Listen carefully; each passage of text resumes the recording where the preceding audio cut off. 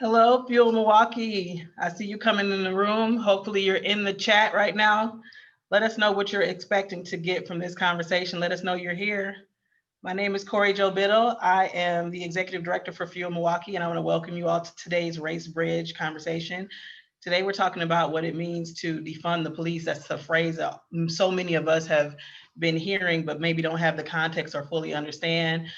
In the chat right now, just go in the chat, tell us, what do you think defund the police sounds like to you? What is it? What do you picture? What do you envision when you hear the phrase defund the police? We'll be monitoring your chat comments and bringing you and pulling you as much as possible into the conversation to make it as interactive as we possibly can. Before we move forward, I want to thank Spaces, which is the beautiful place that I'm in right now. As many of you know, MMAC is moving to the Avenue, and as our space is being built out, Spaces has been our temporary home and the place where I'm doing these webinars every Thursday. They have a lot of cool spaces. Every time I'm always in a different room. There's so many great rooms, and they're all beautiful. And now I have a river view from the space I'm in right now. So thanks to Spaces for providing this great room for us. So go in the chat, tell us, when you hear defund the police, what does it sound like to you? What comes to mind? There's more than one intention, but this is one graphic that one of my friends put on Facebook that I thought was really interesting. For me, this is exactly what I pictured defund the police. What are they going to do more with less? I didn't really fully understand it. I'm so glad to be having this conversation today with these wonderful panelists. Let me talk to you a little bit about why we wanted to have this discussion. As you know, we've been having these race bridge conversations, throughout the summer, even before summer, to just talk about equity, race, and it all started for many of us with the unjust murder and killing of George Floyd. So in the wake of that killing, of Floyd and so many others, there's been widespread support, as you all know, of the Black Lives Matter movement, which has been very exciting. That's put police brutality in a spotlight in a way that it hasn't been before. I've never seen it in my lifetime. And everybody's talking about it, regardless of race, generation, background. Folks have been talking about it. There's also, in line with that discussion, been the call to defund the police, which has gained this sort of national support. But for many of us, the context just isn't there. We understand the phrase, we know what the words mean, but not necessarily what's behind it. So I thought, why don't we just have a conversation to dwell deeper into it and understand what that means for our community or other communities. And then you all can make your own decisions about how you feel about that and what you want your representatives to do or decide on your behalf. So I'm thrilled. I'm not the expert here. I got experts here. So I'm thrilled to be able to introduce these great panelists. We have Jamaal Smith from the City of Milwaukee's Office of Violence Prevention. Jamaal is the Violence Prevention Manager. We also have Thompson, who is the retired Assistant Chief at the Miamisburg Police Department in Ohio. He's also representing LEAP, which stands for Law Enforcement Action Partnership. We also have Devin Anderson, who is the lead organizer of the African American Roundtable program of Wisconsin Voices. And joining us when she can is Bria Smith, who is a student activist. She's also representing March for Our Lives. She's a sophomore, so she got homework. She got stuff to do. So whenever she can log on with us, she will. So I'm going to stop sharing so you can see folks. Oh, there she is. I see you. Hi, Bria. you guys can go ahead and unmute unless you hear some sort of feedback. We got some comments in the chat. I'm encouraging all of the participants to go into the chat and say what you think, ask your questions. We have my colleague Marjorie Yoshida is monitoring the chat. So any questions that you have, she'll be able to bring them into the fuller conversation towards the end, like the last 15 minutes or so. So before we get started, I kind of want to go around to everybody and have you explain the work of your organization. So I kind of gave people names, but like Tom, what does LEAP do? What does that work do? And I'll start with you, and then I'll call the other panelists out, and then we'll get started in the conversation. Go ahead, Tom. Okay, LEAP, Law Enforcement Action Partners. It's a group of police executives, judges, attorneys, and others throughout the country that are, it's a nonprofit organization that's really focused on database driven best practices on public safety and, reducing incarceration, maybe some things that would be considered progressive when it comes to community relations and how we handle drug infractions. So just really pursuing evidence-based best practices in criminal justice reform. Thank you. Yep. Devin, what do you do with Wisconsin Voices, and talk to us a little bit about the African American Roundtable? Yeah, so overall, Wisconsin Voices is sort of a civic engagement table that brings together partners around issues of really democracy, and that can look as broad. And then specifically the African American Roundtable, or project, and the work we do is around our campaign Liberate MKE, which is asking for a $75 million divestment from MPD, but we also were engaged in thinking about ways and strategizing ways locally, but also like working in coalition and partnership with folks to also think about ways and strategies on the state level so our communities can see more investment. And like, look, we just had an election, so we were trying to figure out how to get all the people to the polls as well. So I'm just super excited to be in this conversation and to dig in a bit. We're glad to have you here. Jamaal, talk to us a little bit about the Office of Violence Prevention there at the City of Milwaukee. Sure. Thank you for having me, Corry, and honored to be here with this panelists. Again, Jamaal Smith, Violence Prevention Manager for the City of Milwaukee Office of Violence Prevention. My work is centered around public policy advocacy, community engagement, as well as the implementation, education, and training of our Blueprint for Peace, which was a community-driven document centered around authentic, non-punitive violence prevention strategies. The Office of Violence Prevention, to the surprise of many, has been in existence since 2008. And most of the focus was around domestic violence, and rightfully so. Obviously, domestic violence is a major issue that we really needed to address. But under the leadership of now Director Reggie Moore, we have expanded the manner in which we look at violence, and not just within the communal or the interpersonal aspect, but it's a responsibility that we look at it from a systemic lens as well, right? We have to understand that violence is a public health issue. Violence is also preventable and has to be solved with the public health lens. We've depended for a long time on punitive measures, on arresting our way out of substance abuse, poverty, homelessness, mental health.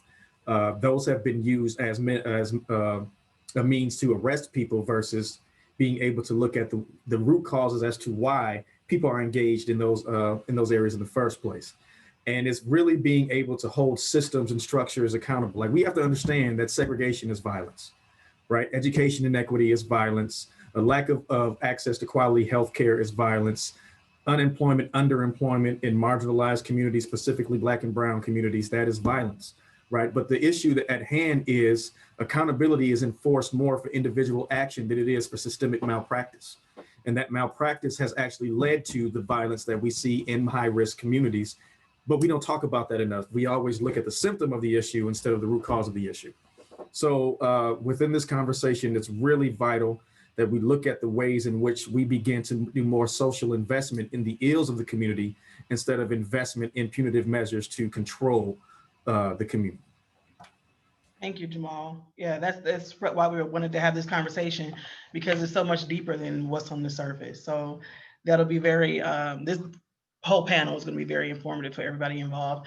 Bria, I'm so glad you can join us. Talk to us a little bit about the work that you do. I looked you up and you're everywhere, but I saw March for Our Lives as one of the organizations that you have a very active role in. So you can talk to us a little bit about that and any of the other work that you do related to our topic today.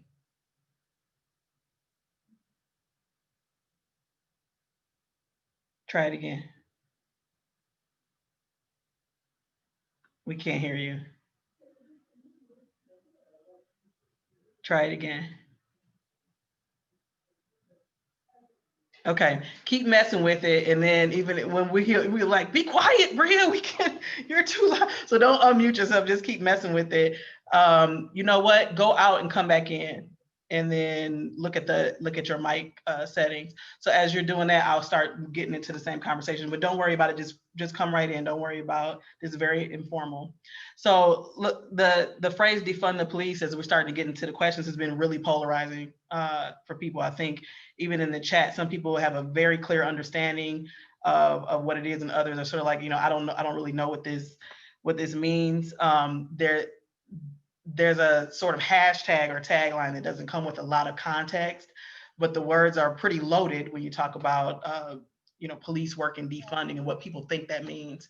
We'll talk a little bit about that, but Devin, I know you have a pretty good framework that you all use with the Roundtable. So talk to us about what defund the police means from your perspective, and then I'll pull in the other panelists. Yeah, so I'm gonna share my screen. Bear with me, fam. It's informal. The Zoom ain't always our best friend. Don't get into present mode, and I'll just talk for just a couple minutes about how we think about it and how we framed it up, and I'll give a little bit of context on the phrase behind that and movement. So yeah, I think Corry asked this, and folks continue to throw it in your chat. What does defund the police mean? What does that mean? I think that's an important question, and reading some of the answers, I'm excited to dive deeper. So I think we also have to name the moment. This became a national demand after the killing of George Floyd, after the killing of Tony McDade. And we know George Floyd and Tony McDade and Breonna Taylor, they come in a tradition, in a terrible tradition of Black folk. And let's be very specific, let's name Black folk of all gender who have been killed at the hands of the police. This phrase came out of that, the death of people, and it sprung out of that.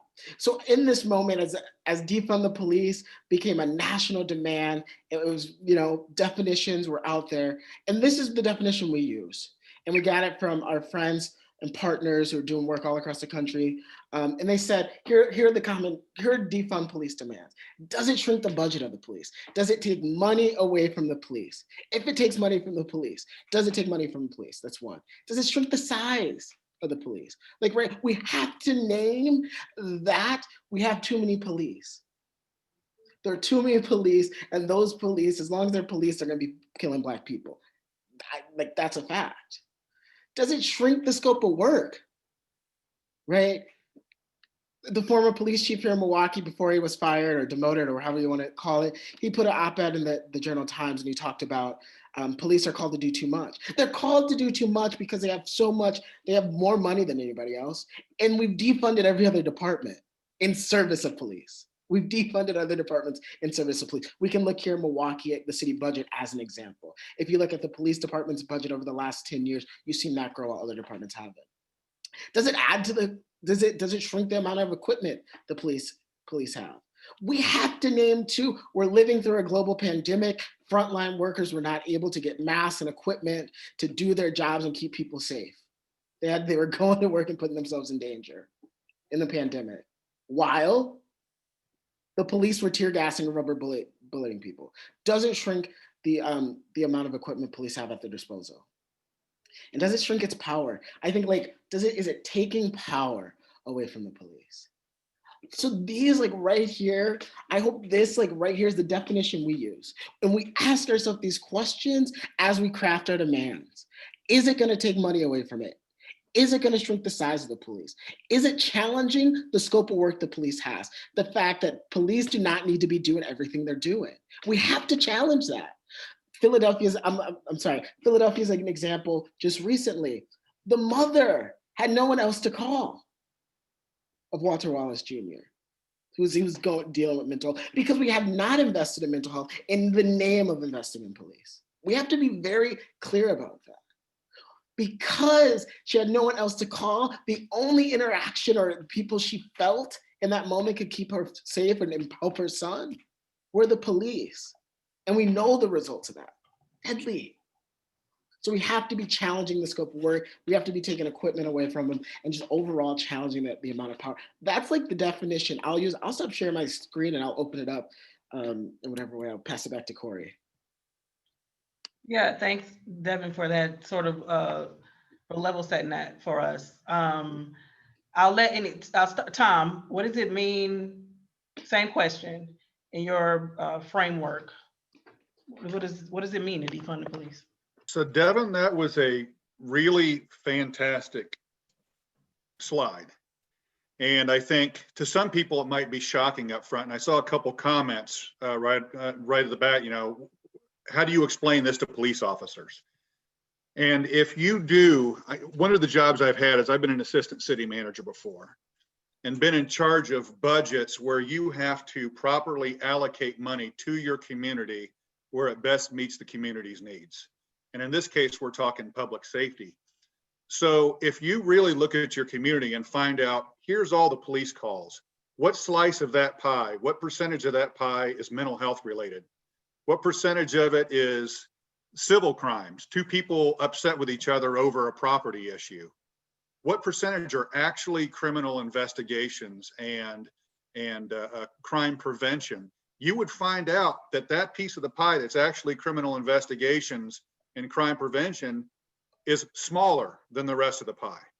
So if you said if you wanted to call it defund, or from a city administrator say, how do I want to reallocate my funds to make sure I'm best meeting the needs of my citizens, then you would shrink the police budget. You would shrink the police size. You would shrink the scope. You'd shrink the equipment, and you'd shrink the power.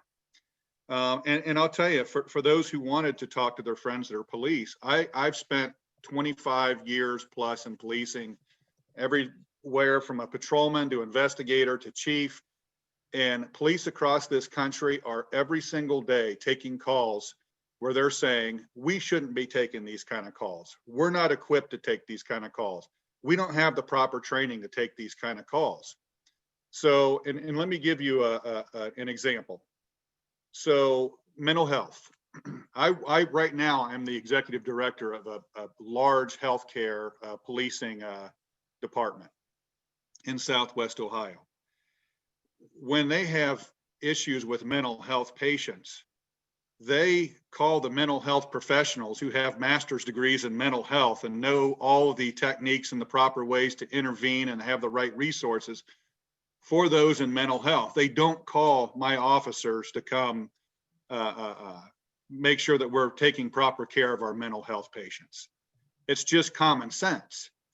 And but what it really needs then in order to reallocate these funds is, and I don't know what you have in Milwaukee, but you need very strong leaders who are courageous enough to make some tough decisions that go against the grain or go against tradition in order to make a difference. So Devin, thank you for that. That's really a pretty darn good example. Jamaal, how about you? I'll ask you the same question. So essentially, when we talk about really the term of defunding, it's really divest, invest, right? I mean, it's nearly not that hard of an issue to me to figure out. And this is from somebody who works in government. And Devin made a point earlier of talking about the ways that other departments have been divested in for the investment within policing, right? How is it that there's 47% of the city budget that goes to MPD, but only 2% of the budget goes to health department, 3% goes to libraries, and there's lower percentage that goes to like neighborhood services, right? Those are areas that require investment as well. And the first aspect is, there's a couple things that I can say. The first thing is the majority of people, and Corry, you know me, Devin, you know me, I say controversial stuff, but I guess if this is where we are, then I'm going to make the statement. The first thing that we have to understand is the majority of people who always talk about we back the blue are in areas that don't have over policing. So when we talk about we support, we hear the comments of, we support our police, we support our law enforcement. The majority of the time, those are in predominantly white neighborhoods where the impact of the median household income is over $100,000 a year. Right? There's businesses that are thriving in that area. Home ownership is thriving in that area. Healthcare is thriving in those areas. And then you go look at the areas where policing is happening the most, and then you start to evaluate the social determinants of health and the different practices around median household income, housing, affordable housing, which is less than 10% for Black folks in this city. You start looking at healthcare.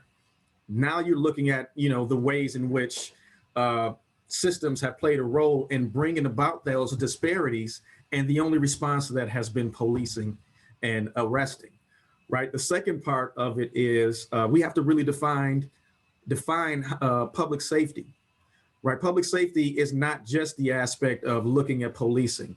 Public safety is people have a safe house to go home to, right? Public safety is people have to not make life decisions on whether they're going to either pay their bills or buy their kids food.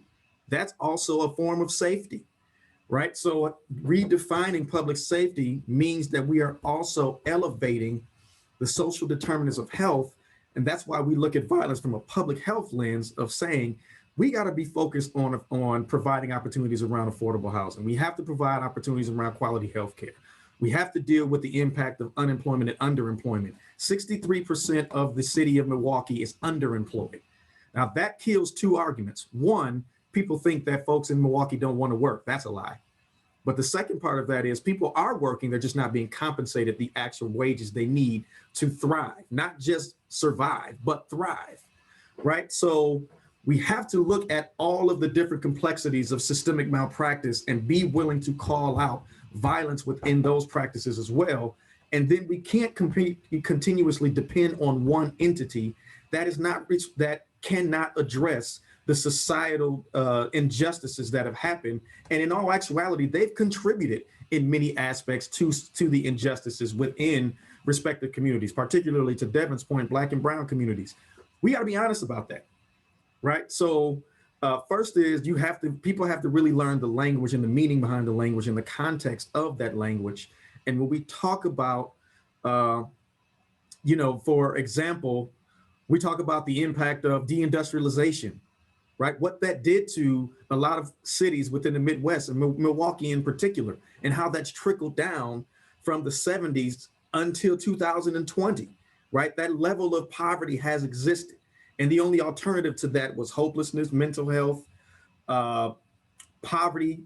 We saw all types of issues that was derived from deindustrialization. But you can't just look over that or gloss over that as if those aren't particular issues, because we know that has been very impactful. So when we talk about investing, divesting or defunding, when people make they make the claim like what Liberate MKE has been doing when they talk about divesting or defunding, it's really putting money in other areas, because that's prevention. Housing, healthcare, education, quality food access, that's prevention. The people who call for We Back the Blue already have that in their neighborhoods. Imagine if that was being seen in a neighborhood like Metcalf Park, and shout out to Metcalf Park Community Bridges, they're doing great work, but we know that they have been marginalized and disenfranchised amongst other neighborhoods that look like me for a long time. Imagine if Metcalf Park looked like Shorewood. We'd have a different conversation, right? So we got to be willing to make those types of analyses and also stand on what really truth is, and be willing to use that language as a means to elevate the need for equity across the board. Thanks, Jamaal. Bria, let's test your mic. Let's see if we can hear you. Can you guys hear me now? Yay! Yay! The only reason is because I was just in Zoom class, so you have to have it has a permanent miking, whatever, so I left it on there, but I apologize. But everything that you guys have been saying, definitely I echo. Just about the introduction. So I am board member of March for Our Lives. It's an anti-gun violence movement. We were founded after the Parkland shooting happened in Florida, and it took 17 lives on February 14th. So we did a bunch of activations to get rid of gun violence in communities intersecting inner city Black youth, to talk to, white suburban, to your point, Jamaal, coming into these communities where there isn't a lot of violence, but they welcome the police, but bring in young people who are traumatized by their public safety. And I put air quotes on that because some young people don't view public safety as what you might view them, Thompson from LEAP, as people who come into the communities and actually want to do a servitude. Some Black students, some Black kids view them as terrorizers, as people coming into these communities and wanting to cause harm.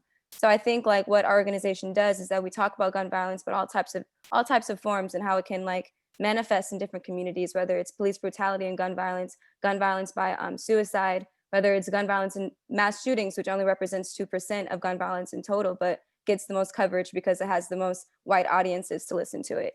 So, and I don't want to come on here just talking about like gun violence alone, March for Our Lives, but this past summer, me and a couple of other organizers, we marched 65 miles from Milwaukee to Madison to deliver a set of demands to our governor, Tony Evers. And a part of those demands is for every politician to take an anti-racist stance. Like, it's not enough to be not racist in a moment where, you know, it's a racial inequity that's being identified. You have to be anti-racist in every single moment that you're in a capacity of change, because denying all types of racism in every spaces won't let racism happen. So that's why police brutality, things like that. And so when we were organizing this march, we kept saying abolition, just abolish this, abolish that, abolish that. And my mama told me, one, don't do that in like a very, you know, white area, because they're not gonna, you know, receive the message as well as what you're trying to portray it.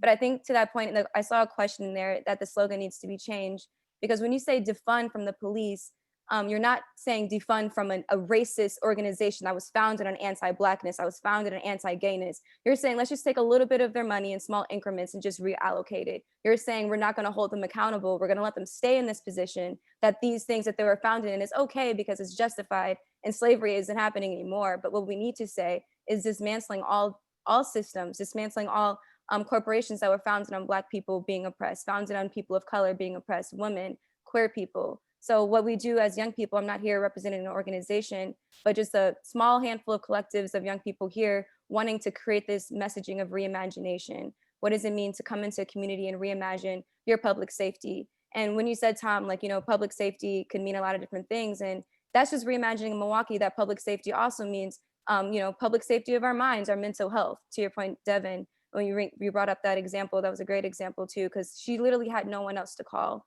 So a lot of young people now that I've been seeing, we're modernizing, we're evolutionizing towards abolition and reimagination. And we need like people in these systems who have the power to give us the resources to execute our visions of reimagination, abolishment, to understand this messaging isn't coming as an attack of, you know, all systems. I'm not naive. I understand we need police, or, you know, reimagining what that looks like, an alternative for, you know, police safety to come into our communities and not only be, you know, aides of us, but also not terrorizing us in our communities. So I really like the point when it's about like getting Black and brown people to cross over and intersect in these communities where they aren't exposed to just so many different stressors, so many different stimuli of violence. Like, you have Black and brown kids in our city who hear gunshots every single night before they go to sleep, and they're only 6 years old, and they go to school, they hear the same stories with their buddies, and they're hearing the same things and violence, things like that, and it just transverses across our city. But how are we intersecting it and making messaging that other people in other communities can understand? And it's not an attack on them, it's not an attack on Back the Blue, but it's an attack on white supremacy. You shouldn't want to be backing the blue if it was founded on anti-Blackness. That's just absurd. You should want to be backing the blue if it was founded on actually protecting Black and brown people, protecting our longevity, protecting our communities, funneling capital into our cities, all that type of things. But I see this question. I want to just say really quick, abolition, clarifying the term abolitionist, it has a horrible negative connotation towards it, because people like to think that you're just coming in and destroying everything. But really, in general, you're just dismantling the violent structures that are preventing you from succeeding to liberation. So for me, that's mass incarceration, because I don't think that people should be rehabilitating in 4 walls and without any therapy and then brought back to society. We need all the types of services to come in and protect Black and brown people, to make sure that we're going into the system, we're going into the society, making sure that we have the aids and services, like people from OVP and connecting with Wisconsin Voices, that we're being protected against the forces who want us to be in mass incarceration, who want us to be shot and killed by police officers and not getting equal rights or fair trials, who want us to not have, you know, equal insurance in COVID, because we're amidst a pandemic and a revolution that's happening simultaneously that's unprecedented. So a lot of things that are happening to Black and brown people are definitely repeating itself in history, but racism is just so tricky that it just modernizes itself and it's becoming blind. So in order for us to really attack white supremacy, we have to start at its root. And I'm sorry, but that's police officers. That's catching slaves when back in 1865, when the first police force was created. And I'm sorry, I'm talking so fast because I'm so used to being in a class of like 20 people and jumping in. But yeah, so Yeah, just no. definitely just, yeah. I think, yeah, when I saw the chat pop up when the person asked for the clarification around abolition. So I've heard that different ways that people look at this in different extremes have been police reform, defunding, disbanding, and abolish. So just different, it seems like just different ways of looking at it, or different approaches to pretty much dismantling something that was built with inequity in the roots of it, to sort of like pull that out and rebuild something new. I see Jamaal and Devin want to hop in. So Jamaal, I'll start with you and Devin. Devin first. He got it first. Okay, Devin. Just a couple of things. I think we have to ask ourselves, like, right, I think a lot of the discourse has been like, oh, I don't like the slogan. We have to ask ourselves, what do we dislike more? The slogan, or the fact that Black and brown people are killed? The ordinary, like Mark Lamont Hill in his new book talks about how ordinary it is that a Black person can be killed at the hands of the state. Sandra Bland, like, right? How ordinary, an ordinary day turned to death. George Floyd, an ordinary day. So we have to ask ourselves, like, right, what do we like? What do we dislike more? The fact that people are getting killed, or a slogan they're using in response to death? In response to death of folks in their community. That's what it is. And we have to ask ourselves and be serious about that. I also, to Bria's point, like, one of the things this year I'm so proud of the work the Roundtable has done is to create a bigger political vision, right? To name very specifically, last year we asked for a $25 million divestment. That's when, like, there were not as many campaigns going on, active campaigns. We had to cast a bigger political vision because the moment required us to. We're living simultaneously, as Bria said, through a global pandemic. Within the United States, it's killed over 250,000 people. And we know that's been disproportionate. We're also living in a string, we live through a string of police killings, and also white people weaponizing the police, or trying to weaponize the police against Black people. Those are the conditions. So we had to say, like, right, $25 million ain't enough. Our people deserve so much more than that. That's why we're asking for $75 million this year. And we're asking for $75 million and painting a vision that we see a police budget that's at $0. And we're gonna we're gonna start to build the communities we're talking about. People always, when they hear defund the police, they don't wait around and listen. They don't listen to the second part. It ain't just defund the police, it's defund and build. Build the communities we deserve. We're adequately investing in public health. Build the communities we deserve. We're adequately investing in housing and making sure every person has a house. Building resources, building community where folks know each other and can help to support each other. Building resource when folks have access to food. That's what we're saying. And yes, people can be mad, but look, like, the police are killing people. The police are formed in the aftermath of slavery as slave catchers. We can't reform this system. We can't reform this system.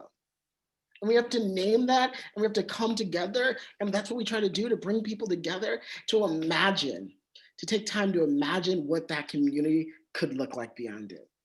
And, like, what are the action steps to get us there? We have to imagine that community. We've lived in a world where we've been conditioned to believe in police, and we've invested so much money in police, and we see police everywhere. Just think about all the ordinary places we see the police, from the Walmart, to the pick and save, to the gas station, to the hospital, to the school, right? We see police everywhere. We have to ask ourselves, what is possible beyond that? And that takes time, but we need to ask that question. What is the world beyond police? And, like, that's one of the questions we've been asking more of this year. So as Devin was speaking, I just wanted to show, this is the budget in Milwaukee right now, so you can kind of see visually the chunk of it, the chunk of the funding that is going to police versus other things services that would support. And, you know, how you think about some of the calls that you have, and you always want an officer with a gun showing up when you need help, but you don't know who else to call, because that's the only service right now. Jamaal, you had a comment.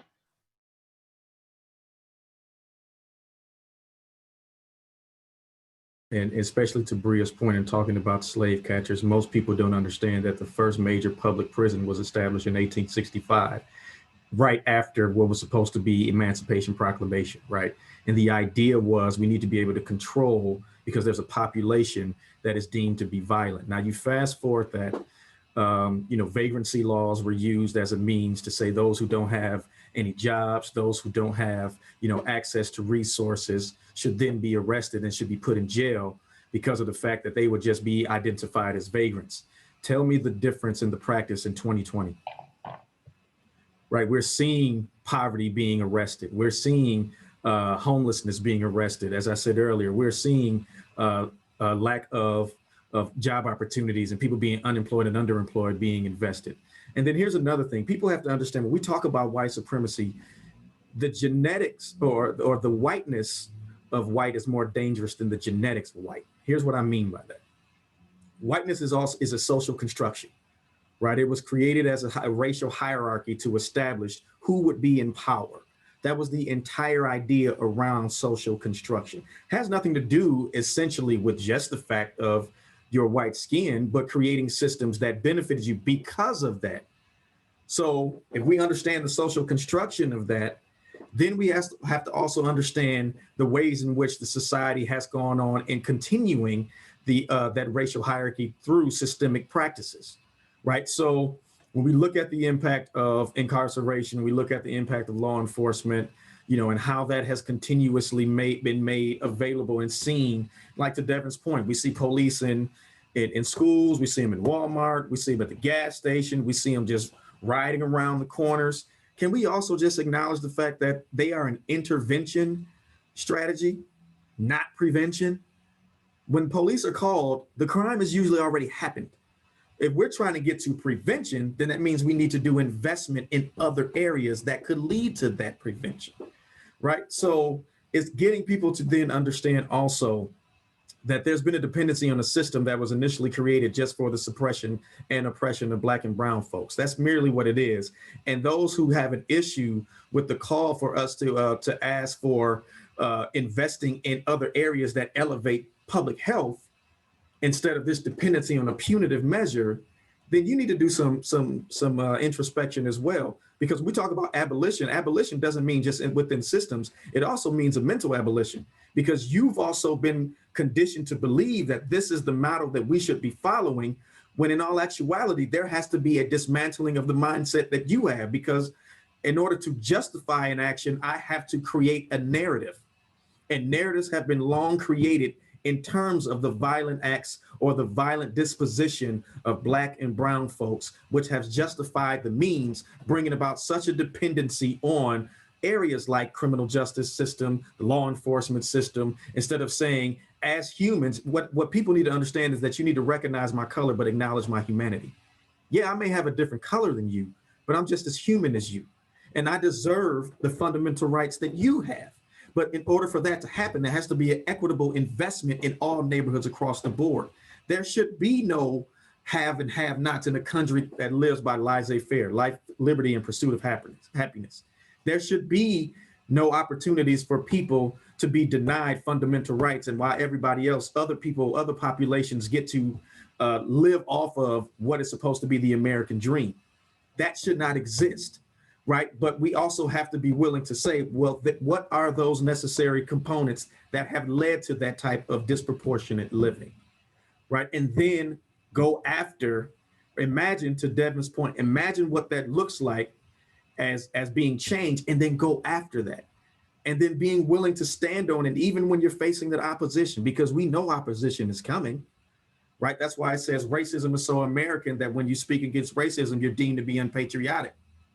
So bringing out the conversation of racism, bringing out the conversation of unequitable practices within systems, we got to start dealing with all of those conversations, and people have to be willing to accept it. If you are truly concerned about people having equitable practice, people having equitable rights, if you're not, that's probably you're probably one of the people who are always saying, well, I'm looking for something that makes me more comfortable.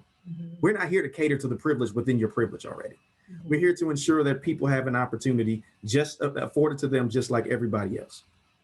Yeah, and I think it's, and thank you for that, Jamal. And we all, with these conversations, we're always trying to remind people to step outside of their own perspective and their own experience, depending on where you live, where you grew up, what color your skin is. When you see a police officer, you see something different. The feeling that goes through your body is completely different depending on what your experience has been.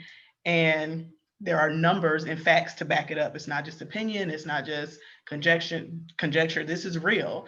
And the defund the police movement has been a direct response to police brutality and the disproportionate policing of Black and brown communities, killings, shootings of unarmed people, because people see Black and brown people and they see something different than the Black and brown person would see. Not, and I'm not painting everybody with a broad brush, but we're all here because we know that racism is a cancer to our society and it's completely impacted the way that we all interact with each other, particularly in Milwaukee because of the segregation. People are just so weird around each other sometimes. And I think if you're honest about it, most people would admit that they've had that experience and know that race is sort of this issue that luckily people are much more open to talking about now. Tom, you wanted to say something? Yeah, I think some of the things that you guys said is very, very important. And Bria, I love the word reimagining, because reforming is incremental. Reimagining is a total new look at how you do things, strategic look. So even if so let's say tomorrow we took 75% of the money out of the police budget, allocated it to all these other areas that really supported public safety, whether it's public health, mental health, addiction services. You still have that 25% that don't understand the origins of policing. So when they do come to criminal related calls or other calls where they're interacting, you still have the same culture and the same mindset.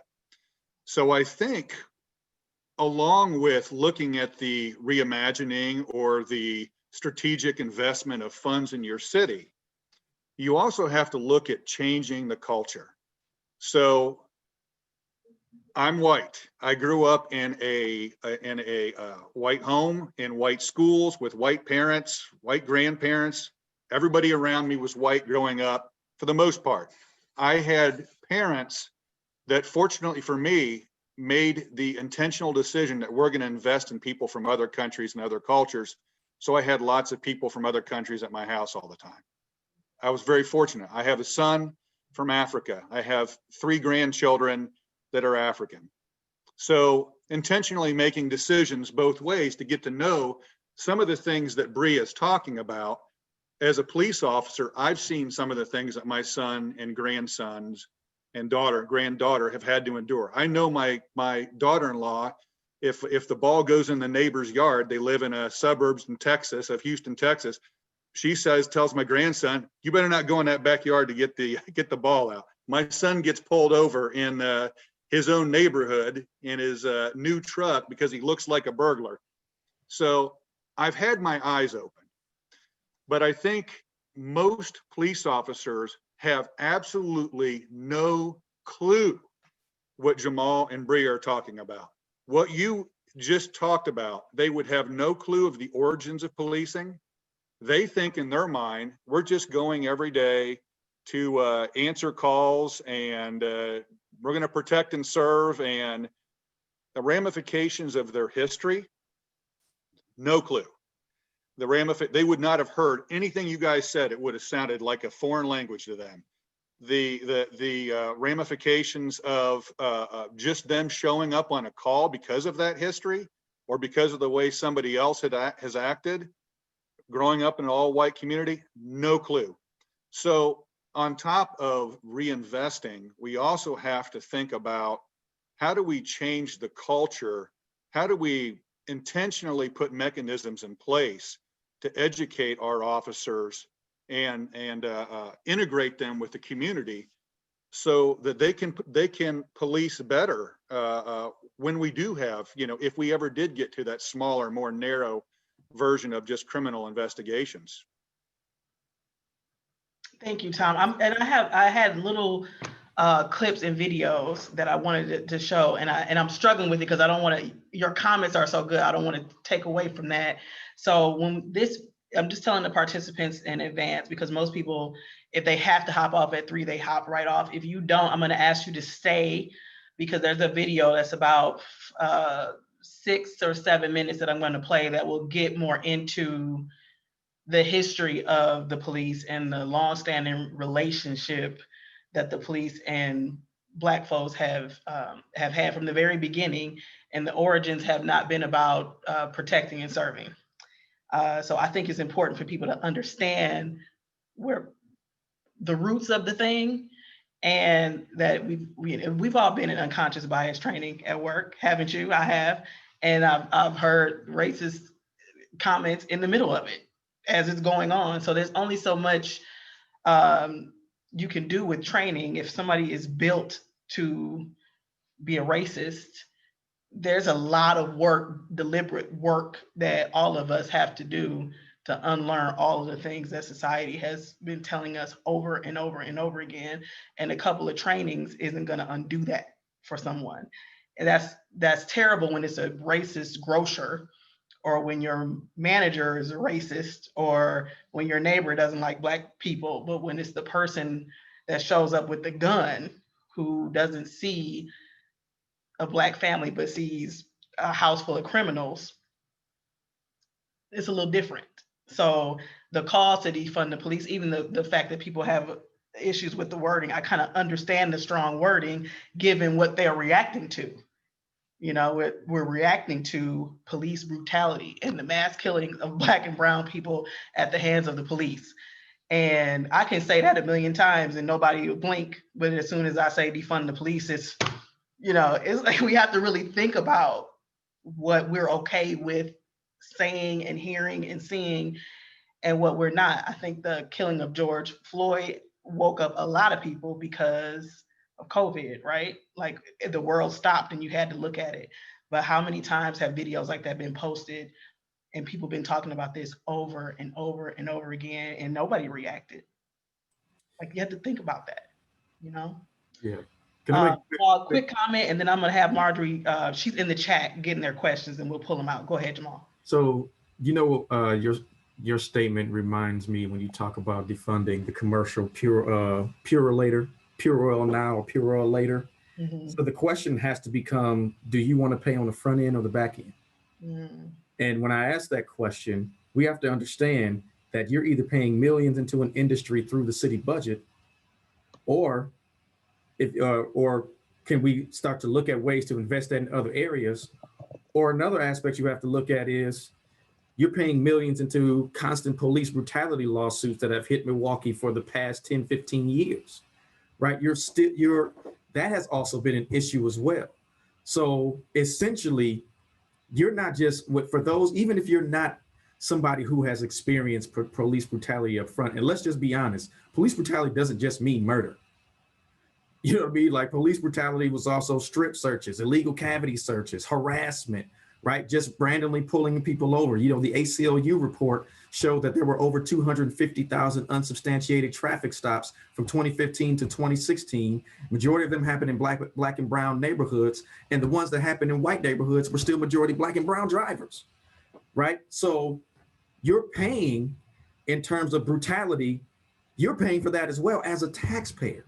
So if I'm somebody who I'm concerned about where my taxpayer money is going, do you want are you okay with your money continuously being paid out to people because of the malpractice of a system that could actually be doing an injustice in neighborhoods? Like, you have to really, again, to Bria and Devin's point, you have to reimagine public safety at its current juncture. It is going to continue costing us more than assisting. You have let me jump in, Jamaal, and I want all of you to kind of quickly respond to that, and then I'll let Marjorie start pulling some questions. Let's reimagine. Help us reimagine. What could this look like if it went your way, the way that you hope that it would go? What would it look like when people needed help in their communities? Who would show up? Bria? I feel like no one I don't want to say my generation, I don't want to be that person, but really like, I don't want to say understand, but follows it takes a village to raise a child, like that type of, mindset. And I really liked your point, Jamal, about like dismantling like our perpetuation of white supremacy. As a Black person, I can perpetuate white supremacy if I'm literally, upholding this narrative placed on Black people and continuously trying to prove it, trying to prove that Black people are confined to living in injustice, living in these communities. I'm sorry, I'm just hearing sirens roll past my window right now, like ironically. But also, Tom, when you said like, if we were to do this tomorrow, like what do those steps look like? And like, I would always drive myself manic, like writing in my notebook, like what if we were to do this, if I was given a platform to just really start to reimagine and like get rid of all these, oppressive boundaries that are preventing us from doing things. It starts collectively with asking the community as a forum, as dynamically, we're so different as Milwaukee, so we need to be aided differently from other cities. It's not going to be universally switched tomorrow. Like every single community, every single injustice, every single village that's raising children, that's raising like this new version, this new birth of reimagination, we need to collectively be communicating with each other. And that's why I was reading all these comments in there about like how y'all felt like it was embarrassing that you just found out that the police officers were, slave catchers. Well, I found that out when I was about 5 years old in an all-white school sitting by myself. So you could imagine the trauma that I'm feeling in comparison to a white person being 55 years old, all the resources to their fingertips to look this up. And I'm not trying to be like, okay, attacking another person if they're not, they didn't have the resources to education, but can't you all see this is another perpetuation of white supremacy trying to hide true education from Black and brown people? Because it doesn't just, make us uneducated and uninformed. It makes people who are protecting us sworn into office uneducated and uninformed. And that's embarrassing, as a country, to not have an education system that values true education of Black history, because that's American history as well. And even just having that interconnection of why like our Constitution allowed, Joe Biden and other white supremacists, two white supremacists to even be in office and fighting for that office, why that was even allowed, because of the Electoral College, because of Super Tuesday, because of so many different like roadblocks within our democracy that was created by white supremacists. And years later, we're going to have to just, consume that, just make sure that it's okay. And it's really hard to like have these conversations with my own mom too, because she's like, well, I live on 2nd and Center. Like, who am I going to call? I'm definitely calling the cops, things like that. But it's also Black people are putting ourselves in jeopardy to get out of jeopardy. And that continuous cycle is so tiring because we don't have like, that outlet to share our healing aspects.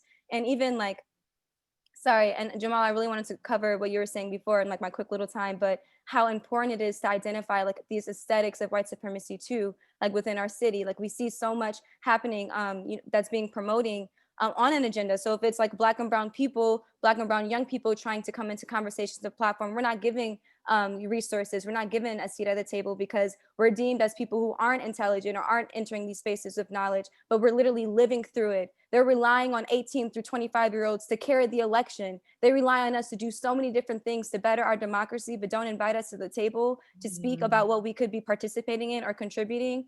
And even to like institutions where people didn't know that police officers go, they think they're doing their job, they're thinking they're swearing to protect, things like that. But you have police officers driving, 45 minutes from their suburbs to continuously work in the same high risk community every single day. Of course, they're going to snap. If all you see are those same stressors, those same injustices, and you don't get a training about debriefing or about why these racializations are happening in this community that you're working in, it just doesn't make sense. And to my point, it's embarrassing because that research, the education, the resource is there. The resources are there. And those who are at the top 1%, the trickle down effect, me, I'm going to the library, catching the bus to get a book.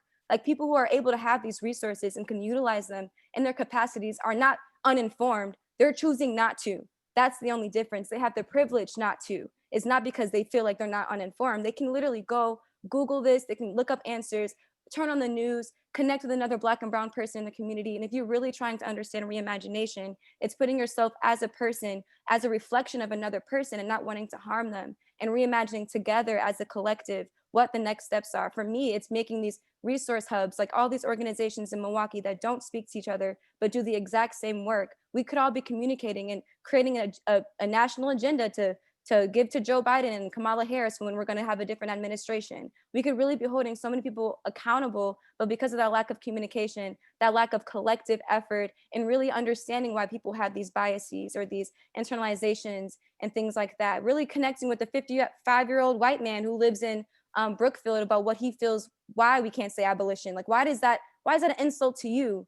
People dying, being shot and killed by police. To your point, Devin, I really like that. In response to death, me saying abolition, destroying things and putting things that are more, like, much more peaceful, has more love in its place, because that's what abolition is, dismantling and then replacing. It's not just getting rid of it completely and then moving forward. You have to replace it with something that's beneficial for everybody who's a part of the system. And it's really hard when you have people saying, well, I need more education. I need more. Well, I'm sorry, but I'm going to leave it bittersweet. You're going to have to speed that up because Black people are dying faster than you can open the book and research. You have to just do it if we're going to live in reimagination. Shine, young Black girl, shine.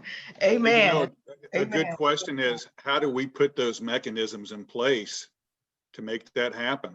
You know, it really is.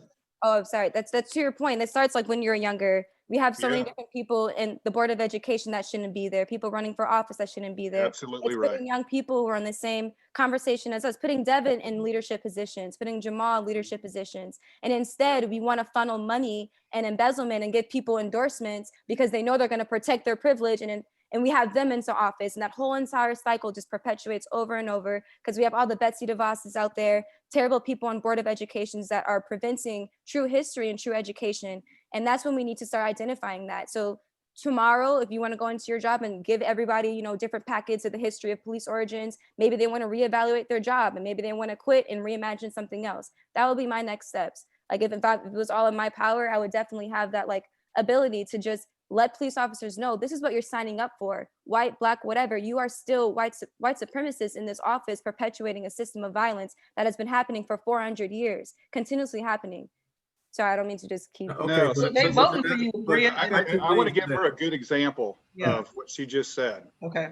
I had 4 gentlemen. One, that Bria is your twin brother, your clone of just your message. I had them sit for 3.5 hours and talk to 160 of my officers throughout Southwest Ohio. And I had them lay out systematic racism, lay out the origins of policing to mostly white crowd of police officers, a lot of which were supervisors. And I'll tell you what, it was a very, very impactful 3.5 hours. And the guys responded to it so well. And afterwards, you would not believe how many officers I had come up to me and say, thank you for doing that. I had absolutely no idea. That changes the way I look at things. So to your point, you really have to be intentional. People like me in my position, I have to be intentional. You, when you're at your age, you have to be intentional. I have a daughter that's 30. She says when everybody over the age of 60 is dead, Dad, this world's going to be a better place because people my age get it. And so you guys get it. And you have to be intentional in building those bridges, as some of us that are older have to do the same thing. Everything you're saying is exactly right. And I appreciate that. You give me hope, Bria. I can't. I'm just thinking about all the young people that are like silenced and don't have an opportunity to give their perspective. Think about what we're missing out on when we don't ask them what they think and how they feel.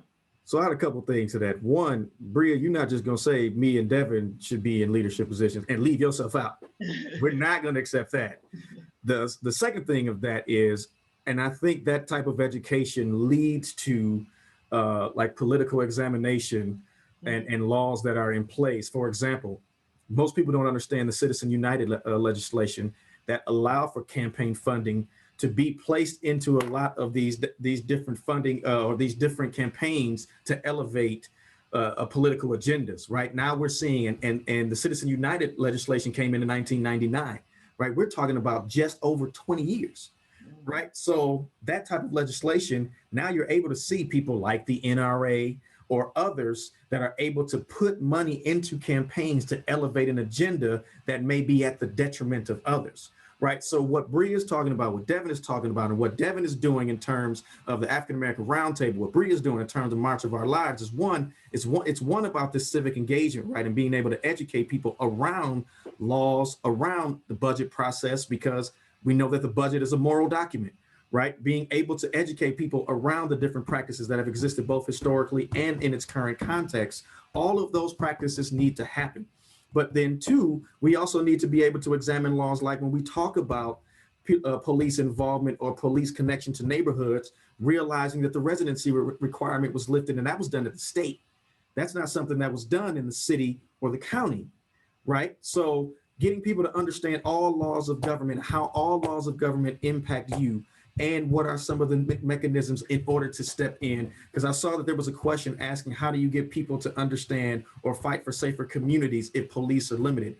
That one begins with collective efficacy, it begins with civic engagement, it begins with political education, all of that, but it also begins with a racialized a curriculum or history around malpractice within this country. Right? You cannot move forward without recognizing, that's the whole concept behind Sankofa. You can't move forward without recognizing the impact of the past, right? So you've got to address all of those different areas and be willing to Tom's point, sit down and really engage in those conversations, recognizing you're not going to get a 100% conversion rate. That's not going to happen. That's not what we're looking for. We're looking to engage those who are interested in learning and coming aboard, because either those the ones that don't, they have two choices. They can either reluctantly participate or they can voluntarily escort themselves away. Regardless, this is what we are going to do in spite of how you feel about everything that we're putting in place now. Thanks, Jamaal. Marjorie, are you still there? I'm gonna have Marjorie jump in. And do you see any questions in the chat quickly that we can cover? I have tons of questions. I know. This is so hard. We run out of time every time. Okay. Well, go ahead. One, it says, what can we learn from Camden, New Jersey and their effort to rebuild their police department? Are there things they did right? What can be improved? What did they not do enough of toward evolving their police department? Are there other communities that have defunded their police and built the programs and are working towards success that anyone knows about?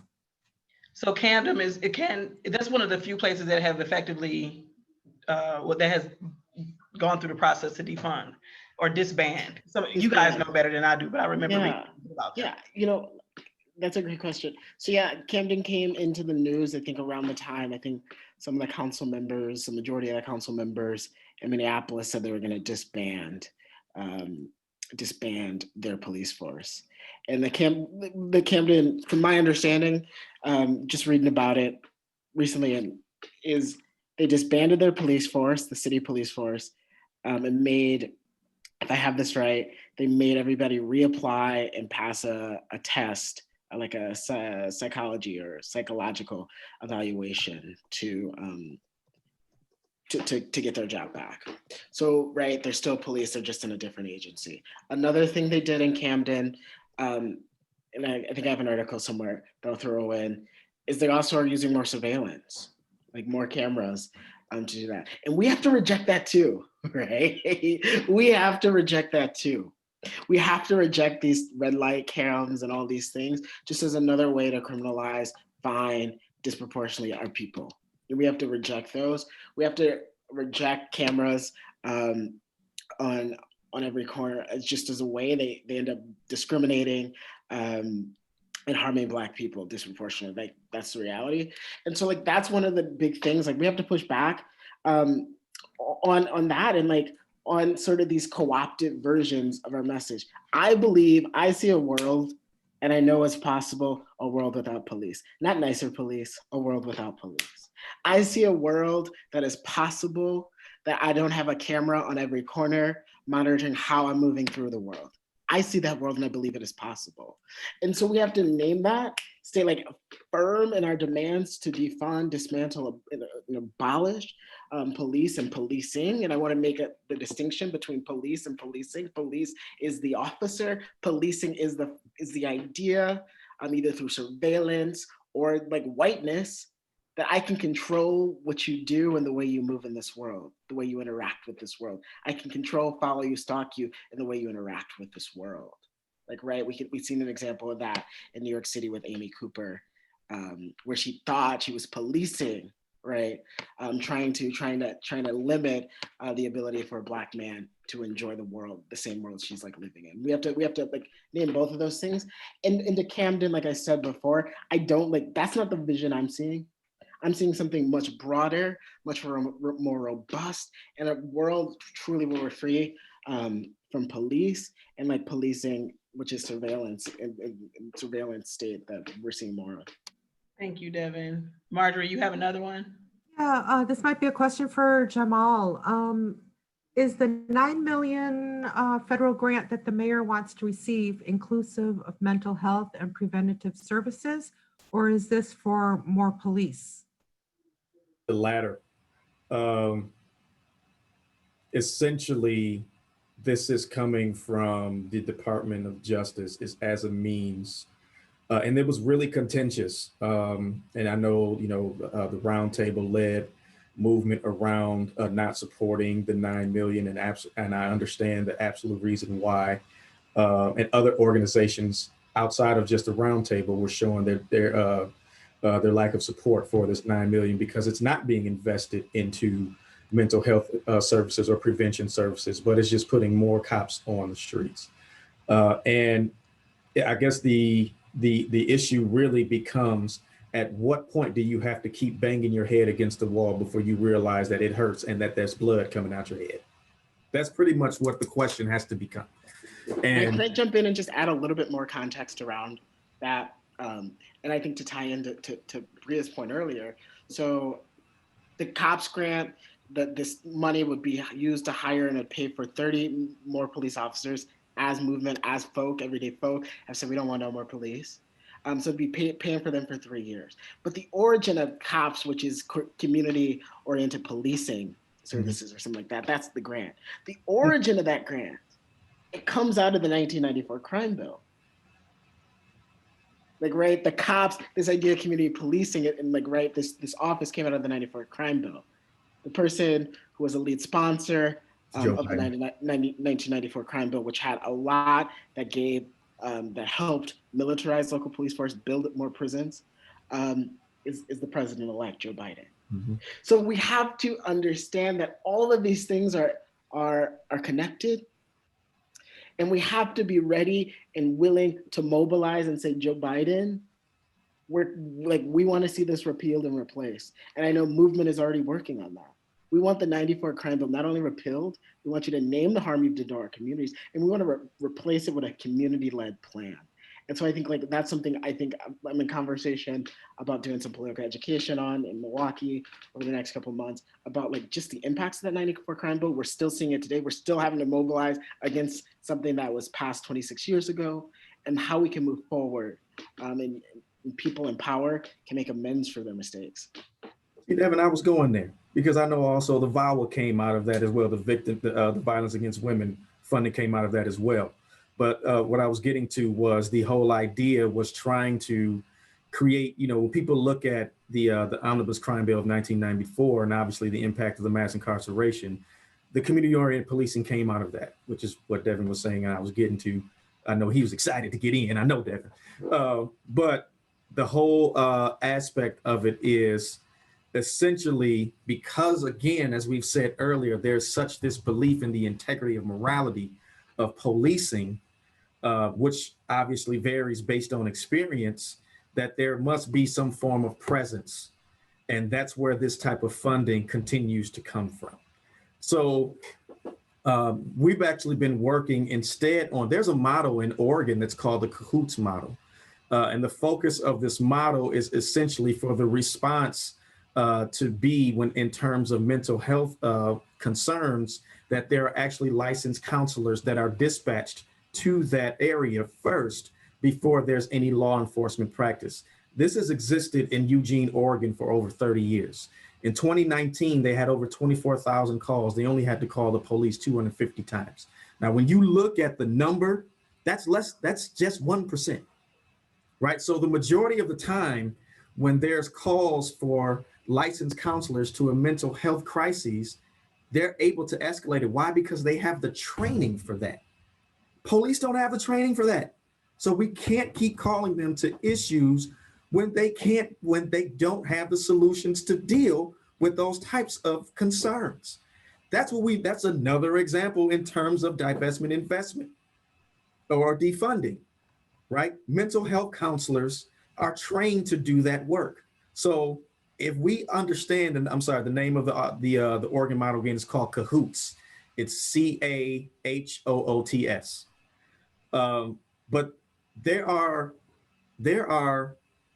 aldermen, actually Alderwoman Shantia Lewis, I have it right here. There is a proposal, a resolution trying to get that model here, right? So the fact that there are efforts there, we have to be able to stand behind that and elevate that, use that as a means of saying, this is what we want to see more than just the investment in more investments in cops and coming with like the cop grant. And that's not what we want to see. And the community has already said that repeatedly, what they wanted to see. So it really takes, it's the understanding that unfortunately, even with what the community has said, the 9 million is really just going to be used for it to increase the cop presence. Okay, Marjorie, you got one more. I got to let you guys go, but I know Marjorie got a long list. You got one more that we haven't covered? Just a lot about, people don't want to hear a lot more talking. How do we make something happen? What is something we can do right now? How can we empower residents? Tactics and strategies that we can start making things happen now. Advice, what should people be doing now? I You would help say- them kind of form an opinion, and what should they do? Starting think more things like this. It's sad and unfortunate that we have to be a lot on virtual. Before the pandemic was happening, like I wanted to go out into the community. Like you have a lot of politicians who are using and tokenizing Black people, the Black vote, because you know that that's what's most needed, but they don't even step foot into these zip codes. They don't step foot and knock on and canvas. It's people within that campaign, and then their Black friends working there. So it's like so many different, subsets. And the hierarchy just get higher and higher. And it's like this huge disconnect between constituents and the people who are like reigning over them, who has power to do things. And I think the next steps with that is really just focusing on what your presence does, like how you can contribute as an individual. If you're taking back from this panel, that you need to do a lot more research. You need to educate behind policing, or just what policing means, policing on Black bodies through education, policing Black bodies through the medical field, policing Black bodies when we're going on runs and just want to just be free and live just like everyone else. What is that education that's preventing you from understanding and empathizing? Like, why is there such a big barricade to not really care that the word is abolition if it means the same thing as reimagination, if it means the same thing as reformation? If they all mean the same thing, why is that one word just tricking you up? Is it some internalized bias that you need to research as well?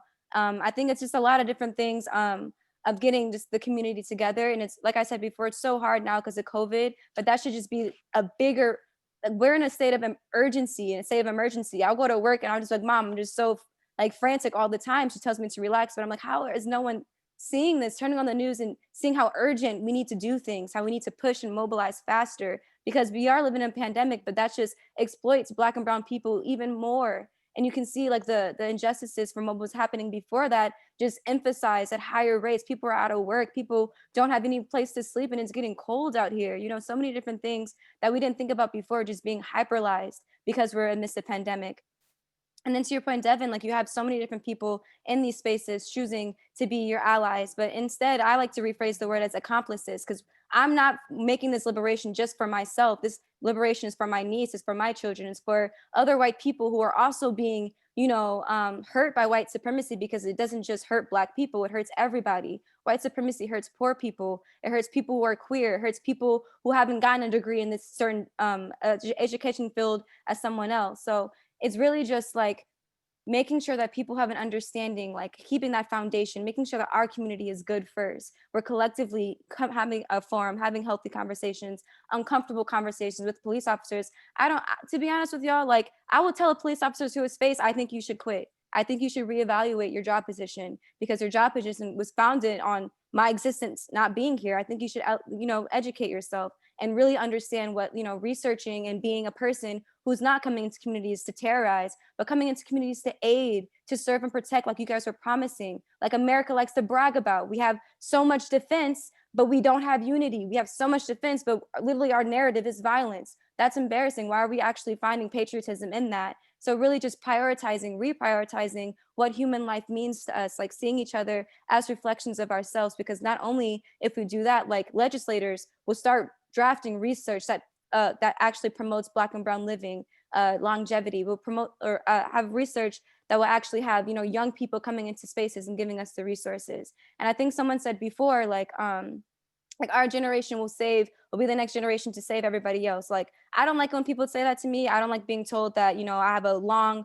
career ahead of myself of doing this type of work, because I'm tired now. I'm 19. I did this for like 3 years and I'm tired. We are collectively all still alive. Like everyone who are older, 20, 30 years older than me, who are telling me that I have so much ahead of me, you're still living. Why are you wasting your time not contributing and collectively, trying to strategize with me and giving me the resources, giving me the path to enter your position, to enter your capacities, and actually do the work that needs to be done. Not just wait until you're done, until you feel like your bias is, completed, until your complacency is up and then you're ready to retire and go live in the suburbs. Like, I'm really just speaking about a lot of different things that I see. Even in Milwaukee, we breathe like youth activism all the time. We pride ourselves on that, but we aren't allowing young people to just sit down in the Common Council, understand what happens there, sit down in like organizations that do defunding the police, sit down with LEAP, and maybe give y'all some criticisms or maybe just understand what we can help you there. Building these partnerships of smaller generations, because that disconnect is what keeps this perpetuation, is what keeps this cycle just going ongoing and ongoing. And we can't be the generation to save everybody, because once I'm finished with all my tools and all my research, like I'm leaving without anybody who doesn't agree. And that's just reality, because liberation just means so much more to me. And reimagining my community means so much more to me than trying to educate every single person to their comfortability, It doesn't take that. Black people have been too uncomfortable for too long to really understand what police officers have to do for our community in order to, have just like some decency of why we're asking for that. And I did see a question about like marching for our lives. And why these different, protests are just being condemned so differently. People were weaponizing themselves, going to fight for our president. And then Black people are literally fighting for our lives. And you see the privilege within these marches. You see the disconnect of language. You see the disconnect of empathy, because when a white person in a suburb that isn't around inner city violence turns on the TV and they see a Black and brown person shot by the police officer, they go straight to, well, whatever he did, it was justified. Why? Honestly, I want to scream at them, like, why are you like this? But I know why you're like this, because you don't have exposure to Black bodies, you don't have exposure to Black injustice, and you don't have exposure to what reimagination could look like, and even just valuing yourself in that and greater. Like, there's like this one quote, and this is the last thing I'm gonna say because I'll be ranting, but I forgot who it was by, but on our march of 65 miles, we were at this one beach, and it was just all these white people just swimming, having the best time of their lives. And I just got so angry. I don't know why I was angry, but I was just mad that everyone was just having a great time. And we spent 5 days marching through the suburbs, being called the N-word, being attacked by white supremacists and police officers, and they get to just swim at the beach. And this white parent had like 2 Black daughters with her, and we were like saying, like, say Black Lives Matter, and they just looked scared, wouldn't say it back to us. And I remember I told them, I was like, y'all could sit here and swim in the beach all you want to, but your best day, the best day you ever have in oppression, it will never, ever, it'll be your worst day in liberation. Could you even imagine what our days in liberation will be like? What you think is your happiest moment here in oppression is like your worst moment that'll ever happen in liberation, because there's so much more to reimagine for our world, for our globe, because policing transverses globally. You see SARS, in SARS, hashtag, but it's just so much that we just need to talk about, like how we don't value ourselves or even think that we're enough to not have terrorizers in our community, that we're enough to not be subjected to Black and brown violence, like that we're enough to not be shot down in our communities. Like we are enough. And to your point, Jamaal, reshifting that narrative, reprioritizing and just reimagination is just literally what I have to say for people wanting to get into abolition work and understanding. So. Thank you, Bria. Lots of good comments coming through.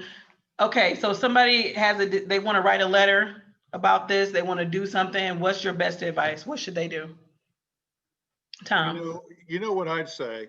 If I was going to give everybody on the chat here one piece of advice, if I could just limit it to one, I'd say you have today to go intentionally invest yourself and get to know somebody not like you. Get to know them, get to learn about them, get to appreciate them, become friends. Move out of your comfort zone and just invest yourselves in people that didn't grow up like you grew up. And I think build those relationships. Tomorrow you get to wake up and you get to have the same opportunity. And I think that alone, just a simple advice, at least in my life, I've found out that really goes far in breaking down walls and investing in people not like you. And I think, and it has to be intentional. And I think if I lived in Milwaukee, I think it'd be important to make sure you had the right leaders. And if you don't, find the right leaders that will be transformative and courageous enough to step out and say, we're going to do what's right for this community. And so that's what I'd say. Thank you, Tom. Devin, what do you say? Yeah, no, I first want to say like thank you again for having us, and like shout out to Bria for like dropping like about 4 different sermons that like I wrote up and I'm like gonna be learning from. But like right there, like one thing you can do is commit to transform the conditions that make so many things possible. Like right now, we love to do, and I'm like saying a collective we love to talk about like the strength and the power of Black women, Black trans folk, Black femmes. Let's transform the conditions that make them have to be powerful, make them have to be the backbone all the time. Let's transform those conditions. Wow. And so what do I mean by that? We just seen an election, and again, we've seen Black women lauded and praised, but in the same breath, or not in the same breath, in the next breath, we'll say defund the police was the problem when Black women, Black trans folk, Black femmes are on the forefronts of our movements. We have to transform the conditions that make Black women and femmes and trans folk so disposable. We have to commit to undoing these systems that hurt and kill Black people, and more specifically Black women. And so commit today to transforming those conditions. To transform those conditions, we have to take on white supremacy, we have to take on transphobia, homophobia, and we have to take on the patriarchy. Commit to building pipelines of leaders, commit to taking on those things all the time, not just like, right, all the time. Because like just like Black folk, we're fighting this fight with each breath we take. Every breath we take, we're fighting in a world that doesn't like us, that hates us. And so commit to transforming these conditions that make this world built on policing and anti-Blackness possible. And like, let's like collectively begin to build the world and the communities we deserve. Devin, quick question for you. When you all at Wisconsin Voices are lobbying around defunding the police and reimagining, what level of government are you targeting? Most of our fight is on the local level, on the city level, but we're fighting on every level. Every level has police. In the city, we call them police. The county, we call them sheriffs. The state has laws that make it hard to defund the police. The federal government is trying to give us money for more police. So we're fighting all the levels. I think my friend from Freedom McMunkus says, we're walking and chewing gum and doing backflips all at the same time. We're fighting this fight on every level because our society is built on policing and spends over $80 billion a year on policing. So we have to fight on every level and begin and start the process of building the communities we deserve. Is there anything that people listening can do to support your efforts at the government level? I mean, I'm a big proponent of people kind of speaking out and talking to their representatives. A lot of folks think that it doesn't matter, but a lot of them get so few letters that when they get a lot of them, it's like, whoa, they start to pay attention. Yeah, reach out. Right now, we're fighting against the cops grant. The budget is basically passed. We'll be fighting again. Like, you can go to our website, liberatemke.com. We have a cool resource I'll put in the chat when I'm done. But right now, you can also email your alder and tell them oppose the cops grant. We don't want any more money spent on police. We don't want any more officers that to potentially kill Black people. We don't. That's the long and the short. I don't care. We don't. So that's like one way right now. We're sort of wrapping up the year, but go check out our website. You can reach out to us through there, and we're going to begin again, like, to crank it up, offering more trainings, offering more space to reach out. We do phone banks and things to reach out to community members, to start to have some of the conversations Tom's talking about, with neighbors and community around, like, what is possible when we begin to defund the police and start investing in the things that our communities deserve. Thank you, Devin. Final words, Jamaal.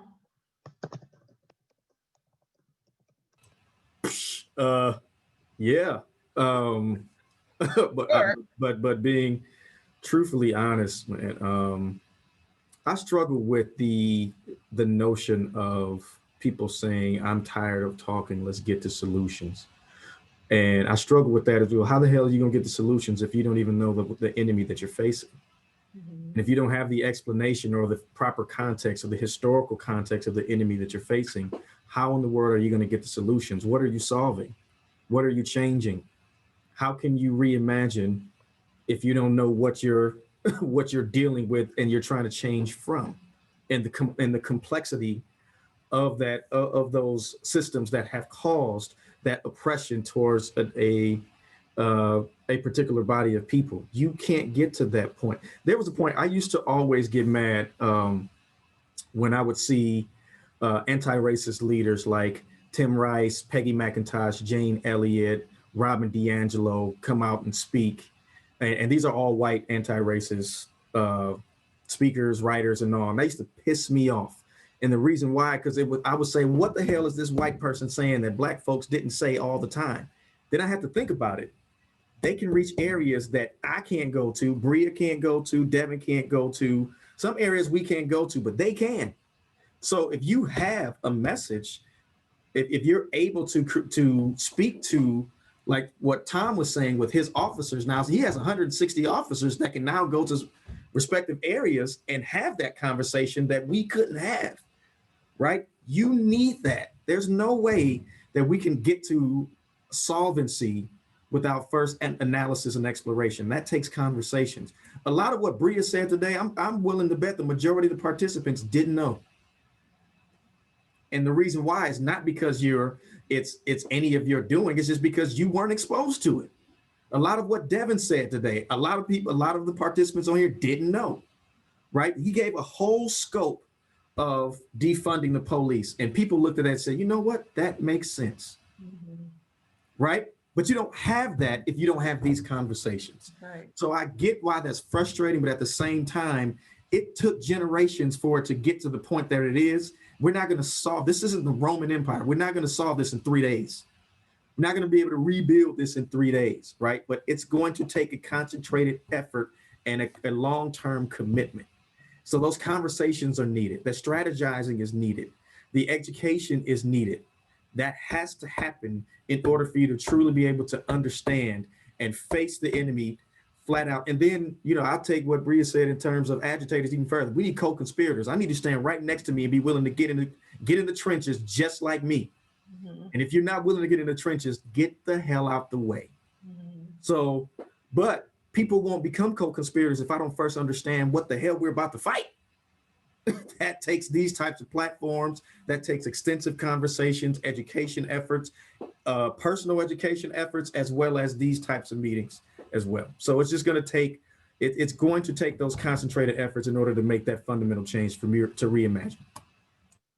Thank you so much, Devin. I know you have to run, and there's people kind of, some of the participants hanging back. So I'm going to show this little clip. But before I do that, I want to thank all of you for being here. Your contributions have been amazing. Tom, thank you. Devin, thank you. Bria, thank you so much. I can't wait to see I can't wait to see what you do. And I am so glad that we've given the field members an opportunity to hear from you. I just met you, and I'm really excited about how strong you are so young. Because at 19, I don't think I was as outspoken.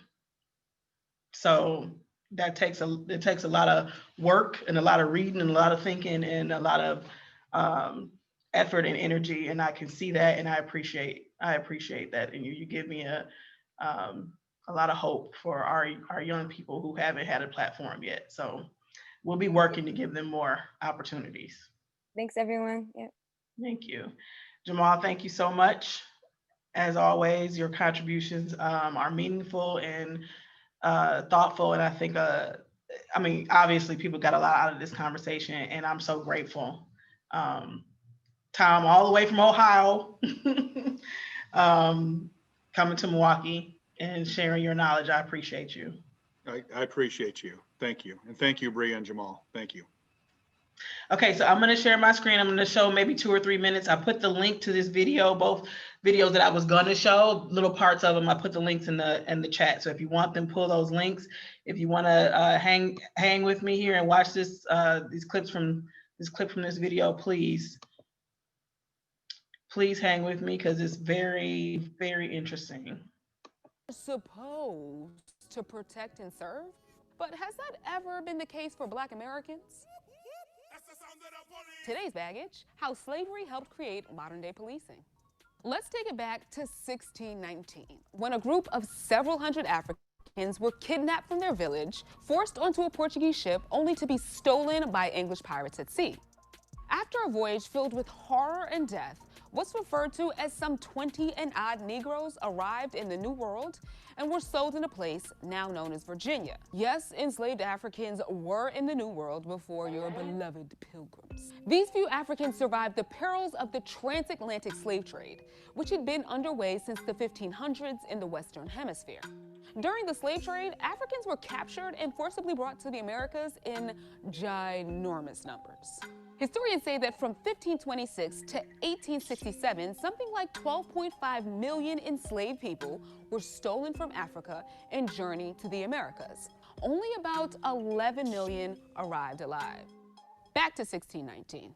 Those who did survive the horrors of the slave trade and were brought to what would become the U.S. were also subjected to the first form of organized policing in the South, known as the Slave Patrol. In case you missed it, the Slave Patrol and slave catchers were the first form of organized police in the South. These watching-ass white folks first emerged in the colony of Carolina in the early 1700s and set the tone for policing as we know it. The Slave Patrol kept tabs on the whereabouts of the enslaved. And that meant if Black men and women were off a plantation, then the Slave Patrol could demand to see a slave badge noting their occupation. Slave Patrol could stop and search whomever's belongings just because. Now, I wonder who that sounds like. Then there was the slave catchers. That role is pretty self-explanatory. Slave catchers chased and returned runaways. They also intentionally scared the bejesus out of the enslaved to instill a sense of fear and prevent revolts. There was some overlap between the role of the slave catcher and the slave patrol, but together they enforced the idea that Black people were second-class citizens and that white people were the authority. And organized police departments, they enforced this racial hierarchy too. In South Carolina, for example, by 1837, there were dozens of officers in the Charleston Police Department whose jobs were essentially to monitor the enslaved. And though slavery was abolished after the Civil War, the spirit of tracking and policing Black folks lived on. During the Reconstruction era, Black codes were enacted with the quickness, and they restricted how Black folks could live their lives. David A. Harris is a law professor at the University of Pittsburgh. Harris specializes in law enforcement and race, so y'all know we're gonna have a lot to talk about. How did Black people's relationship with law enforcement change after emancipation?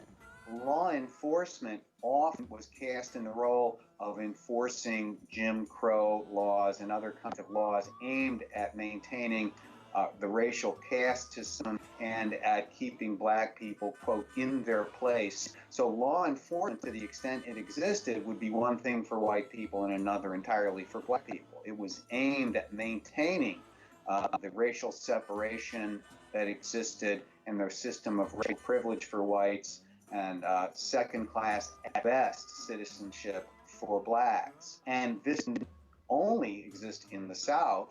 There were certainly law enforcement efforts that did the same thing in northern cities and towns. But in the South, the system of racism wasn't just upheld by law enforcement.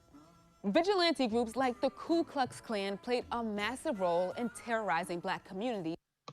So I'll stop the video there. Again, the link is in the chat if you'd like to see the full video. And of course, you could always hop onto YouTube and take a look at it.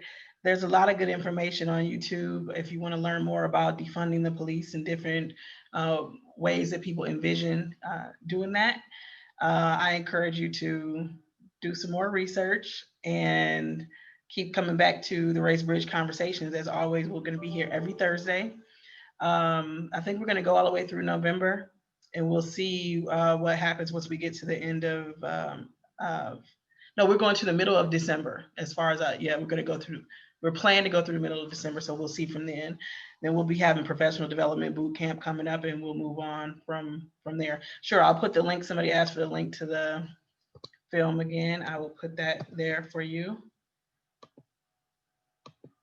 And there you go. Thank you all for participating. Tom, what do you have going on for the rest of the day? I've got another Zoom meeting. I'm going to get educated on a outreach called Hope Letters, sending letters to prisoners. So I'm going to become part of that organization. So they're going to teach me tonight the ropes. That's awesome. So yeah, so that's it. So you're retired, but not really. Well, right now I'm still an executive director over a hospital system. Oh my God. So yeah, so then I also run a nonprofit that, I do a lot of work with refugees, other immigrants, helping to connect to jobs and education and advocate for them with the police. Yeah, so you retired from the police force, but then you reimagined your skills. My career. Yeah, that's right. That's right. Awesome. Yeah. Yep. It was great meeting you. I'm so glad that one of the great things about us having to do everything remotely is that we're getting the opportunity to bring in people to the field audience that we would have never, before, if we weren't right here in the Milwaukee region, I wouldn't have been able to talk to you about this. Well, yeah, this has been wonderful. I appreciate it. And next time I come to Milwaukee, I'll try to have to look some of you guys up. So listen, I'm your girl, because I know all the good places. I don't really party anymore. I don't have that gear anymore. So no, all restaurants, I'll be easy on you. Okay. All right. Good. Thank you so much. Thank you. I appreciate it. Thank you again. Thank you. All right. And thank you to all the participants that hung with us. All right, get back to work. See you next Thursday.